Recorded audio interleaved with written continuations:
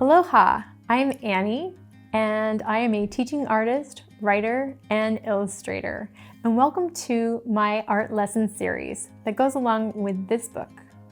I've been taking Japanese brush painting for 7 years under my sensei, Takashi Ijiji. I've also been teaching art to children at various schools since 2010. I hope that you will sit still and contemplate, close your eyes, and then we will create, along with me and our curious little friend, Bunny. I'm going to teach you about how to create a bunny rabbit out of an enzo. An enzo means circular form in Japanese. It also represents enlightenment. Nothing in excess and nothing lacking. So let's get started with our bunny rabbit.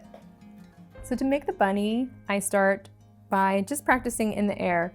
I take my brush, make a circle, and then lift up at the very end, just like that. So round, sweeping motion, and lifting up. So you want to add a little bit of ink to your brush, wiping off a little excess, taking a deep breath, sitting nice and tall, and just focusing on emptying your mind. Pushing the brush down, making the circle, and then lifting up at the very end. Just like that. The next step is to make the eyes with 2 small arches.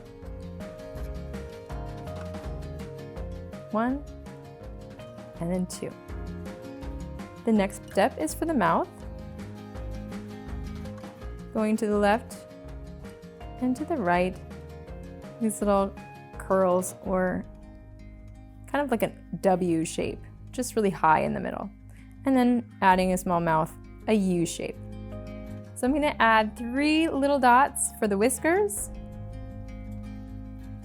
And then also 3 lines coming off of those. 1, 2, and 3, just with the tiniest tip of the brush.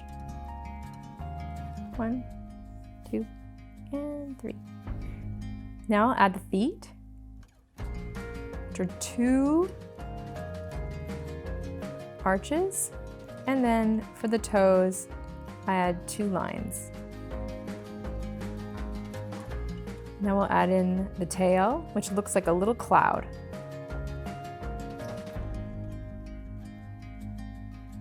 So I made 1, 2, 3, 4 kind of loops. 1, 2, 3, 4, just to make a fluffy little tail. For the ears, you want to make them nice and tall, almost like triangles, but they're going to be a little rounded on the sides and come to a point.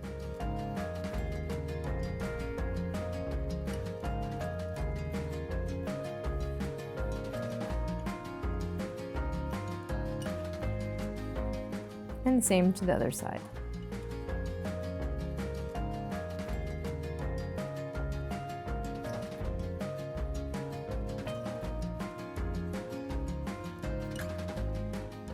And then I add a smaller little shape inside the opening of the ear. And then you can color in the ear using the rest of the black ink. This is sumi ink. It's very dark and it's traditional in Japanese painting. We're using regular watercolor paper instead of the traditional rice paper, because rice paper tends to be a little bit more bleeding with your color, meaning it will run. So this paper is more absorbent.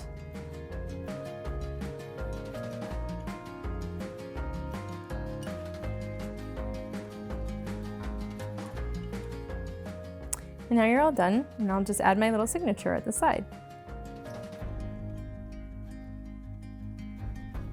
And here you have a very contemplative and meditative bunny.